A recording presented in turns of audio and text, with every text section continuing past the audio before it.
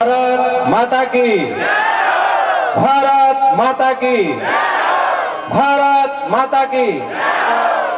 मित्रों, आज के समय में ज्यादा किसी का नाम लेकर के बोलना उचित नहीं रहेगा, क्योंकि सबके मन में जिन भजनों की सुनने की इच्छा है उन सब का मन एक जगह एक चित्त होकर के है कि हमें सब भजन सुना जाए। सम्मानित मंच, ग्राम से पधारे हुए ग्रामवासियों, युवा साथियों, माता और बहनों, आज के समाज में जिस बालाजी के नाम को हम सब सुनकर के इकट्ठे हुए हैं, कहते हैं कि श्री राम की भरी दरबार में विभीषण ने ताना मारा, कहा कि हे बजरंगी, तेरे भी सीने में क्या राम है। कहते हैं कि बालाजी ने कहा, सीना फाड़ करके कहा कि ये देख, जय श्री राम, और उन्होंने सीना चीर करके दिखाया, जिनमें राम, लक्ष्मण और सीता का हम सबको दर्शन हुआ। मित्रों, आप और हम सब श्रद्धा अपने मन में लेकर के, जिज्ञासा अपने मन में लेकर के, और जिस कार्यक्रम को सुनने के लिए पहुंचे हैं, वह कार्यक्रम आयोजन करने वाले मित्र, वो आयोजन करने वाले बंधुवर धन्यवाद के पात्र है। आज समाज संगठित होकर के चलने के लिए तैयार है, लेकिन समाज को संगठित करके चलाने वाला व्यक्ति, सारथी बन करके आगे चलने वाला व्यक्ति चाहिए। मित्रों, यदि एक व्यक्ति अहंकार भर करके किसी रास्ते की ओर चल पड़ेगा तो उसके पीछे हजारों की भीड़ जुट करके और उसके साथ देने के लिए तैयार हो जाएगी। लेकिन सबसे आगे चलने वाला वो वीर नवयुवक आप और हम सबको चाहिए। समाज के अंदर से एक एक व्यक्ति को उठा करके, अपने परिवार के एक एक नौजवान को उठा करके, और समाज और संस्कृति के बारे में विचार विमर्श करके, और हम सबको आगे बढ़ना चाहिए। हमारे समाज की किस प्रकार की तुलना की जाती थी, इतिहास उठा करके देखते हैं। इतिहास के पन्ने हमारे समाज के गुणगान से भरे पड़े हैं। माँ जिन्होंने, अमृता देवी ने वृक्षों के लिए अपना बलिदान दे दिया था, हमारे नौजवानों ने वन्य जीवों के लिए बलिदान दे दिया था। लेकिन मित्रों, बात प्रारंभ आज से 17 लाख वर्ष पहले हुई थी। कहते हैं कि एक जंगल के अंदर एक अबला नारी बैठी थी। एक राक्षस विदेशों से आकर के उस अबला नारी को बेला फुसला करके और वहां से उठा करके वहां से चल पड़ता है। कहते हैं कि उनके पास में कोई व्यक्ति नहीं था, लेकिन हम सबको उस पर गर्व करने की बात होगी। एक जटायु नाम का पक्षी, जिन्होंने मां सीता का हरण करके ले जाते हुए राक्षस को देखा और उन्होंने अपने प्राणों की बलि देने के लिए तैयार हो गया। कहते हैं कि उस रावण से उन्होंने भरे वायुयान, जो कहते हैं वायु मार्ग में युद्ध किया और अंतिम समय तक युद्ध किया, जब तक उनके शरीर में प्राण थे। मित्रों, आप और हम सब किस प्रकार की तुलना कर सकते हैं। आज बहन बेटियों की इज्जत किस प्रकार लूटी जाती है, माताओं की इज्जत किस प्रकार लूटी जाती है। धन्यवाद है उस पक्षी को जिन्होंने मां सीता की लाज बचाने के लिए अपने प्राण दे दिए थे।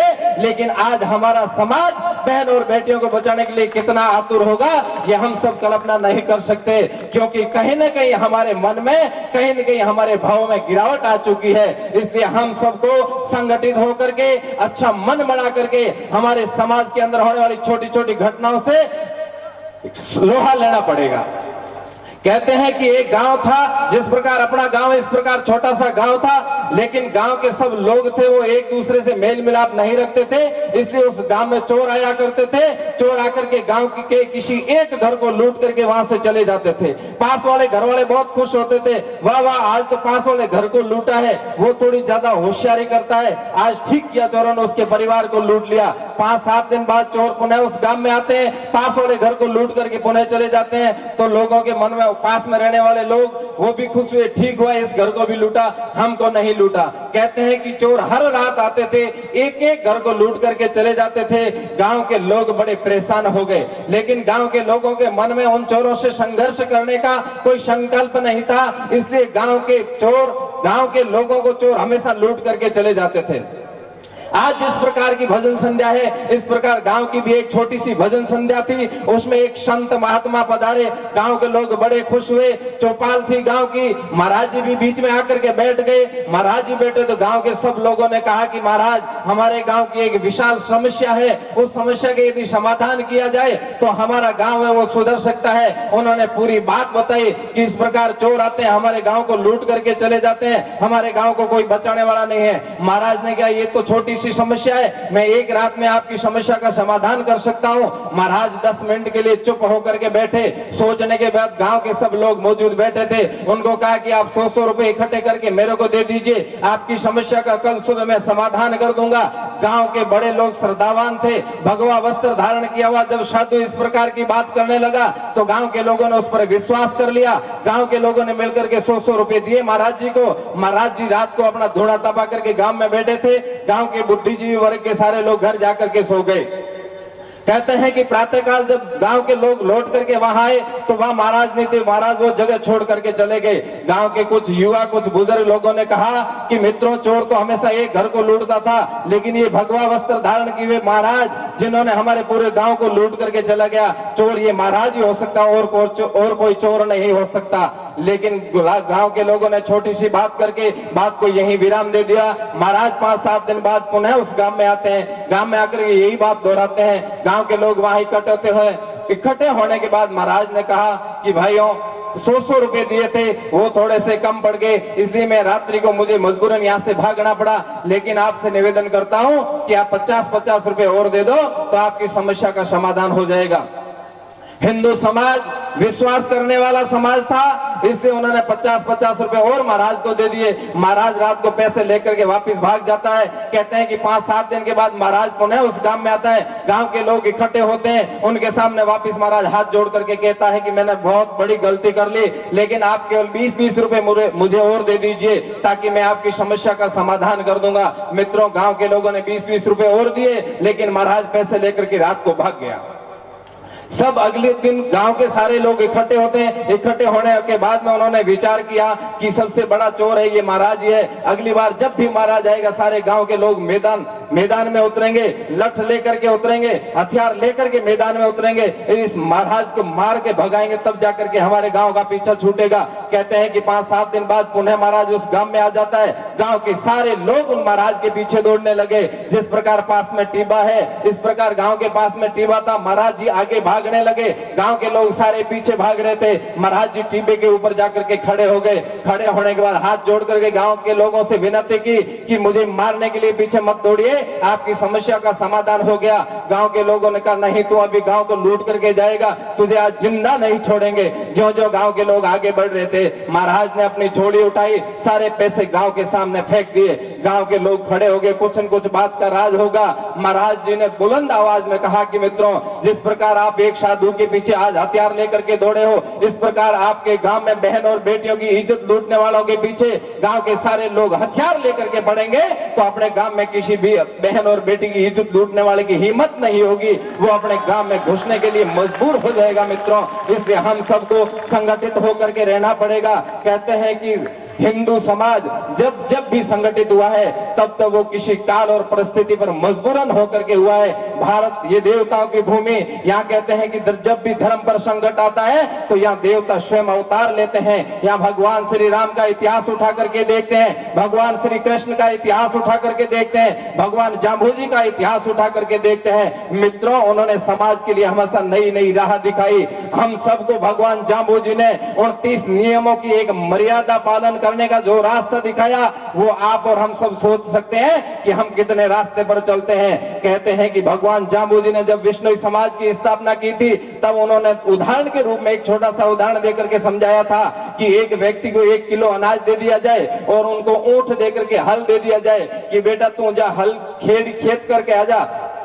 कहते हैं कि एक किसान उस ऊंट को जोत करके वहां से चल पड़ता है, बहुत दूर दूर तक चला गया क्योंकि खेत की बाढ़ नहीं थी, इसलिए उसको वापस कहां से घुमाना था ये उसको पता नहीं था।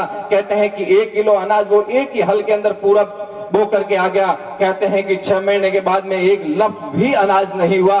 गांव के लोग बड़े पछताए। भगवान जाम्बू जी ने उनको बुला करके कहा कि यदि 1 किलो अनाज इसकी 4 दीवारी करके इसको बोया जाता तो ये हजारों किलो अनाज पैदा हो सकता था। मित्रों, आज कहीं न कहीं हमारे समाज की जो 4 दीवारी है वो टूट रही है, इसलिए हमारे परिवारों की क्या स्थिति हो रही है। हमारा परिवार आज नशे की ओर क्यों बढ़ता जा रहा है, हमारा समाज नशे की ओर क्यों बढ़ता जा रहा है, ये आप और हम सब कल्पना कर सकते हैं। मैं एक छोटी सी बात हमेशा बताता हूं, लोग मेरी बात सुन करके बोर भी होते हैं लेकिन मेरा मन नहीं तृप्त होता, इसलिए मैं बार बार इस बात को दोहराता हूं। आज हमारा पड़ोसी देश चाइना, आप और हम सब ने सुना होगा, हमारे पास छोटा सा चल दूरभाष है, वो कौन सी कंपनी का है ये हमने कभी सोचा नहीं होगा। हमारे घर में 100 पीस लगाने के लिए छोटी सी लाइटें लगा रखी है, वो किस कंपनी की ये हमने कभी सोचा नहीं होगा।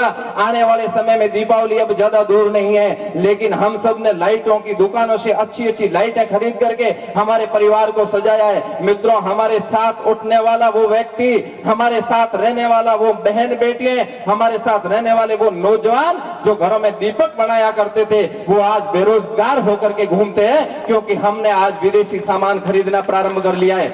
मित्रों, सबसे ज्यादा सोचने की बात यह है कि हम जो चाइना से सामान खरीदते हैं, जितना उसका बेनिफिट होता है, मित्रों वो पूरा का पूरा पैसा है वो पाकिस्तान को देता है और पाकिस्तान उस पैसे से पुनः हमारे भारत पर गोलियां दाग करके हमारे नौजवानों की निर्मम हत्याएं कर देता है।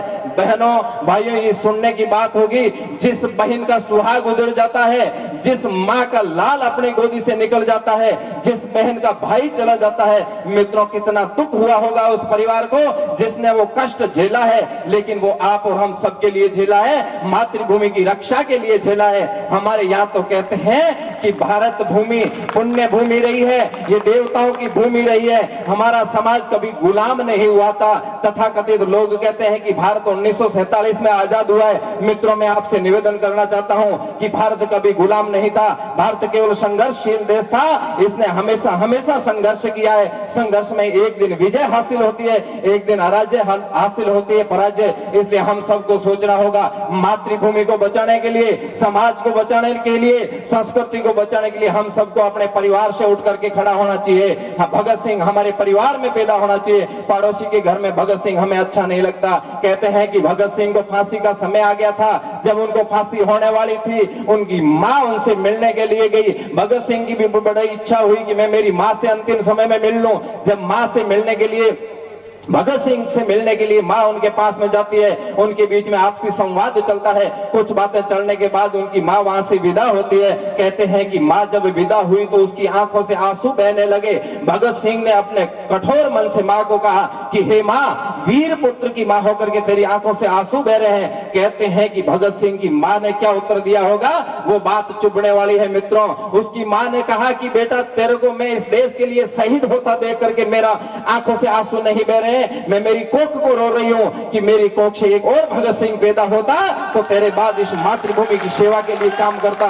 मित्रों, हमारे परिवार में इस प्रकार के भगत सिंह पैदा होने चाहिए, हमारे परिवार में राजगुरु जैसे पैदा होने चाहिए, हमारे परिवार में सुभाष चंद्र बोस के जैसे वीर पैदा होने चाहिए, हमारे परिवार में झांसी की बाई लक्ष्मीबाई जैसी बाई पैदा होनी चाहिए, हमारे परिवार में अमृता देवी की जैसी बहनें पैदा होनी चाहिए। तब जाकर के हमारा समाज, हमारी संस्कृति सुधर पाएगी। आज इस बालाजी की भजन संध्या में आप सबने हमको यहाँ बुला करके व्यस्तम कार्यक्रम के अंदर आपने मुझे सुना, इसलिए आपका कोटि कोटि आभार। भारत माता की, भारत माता की।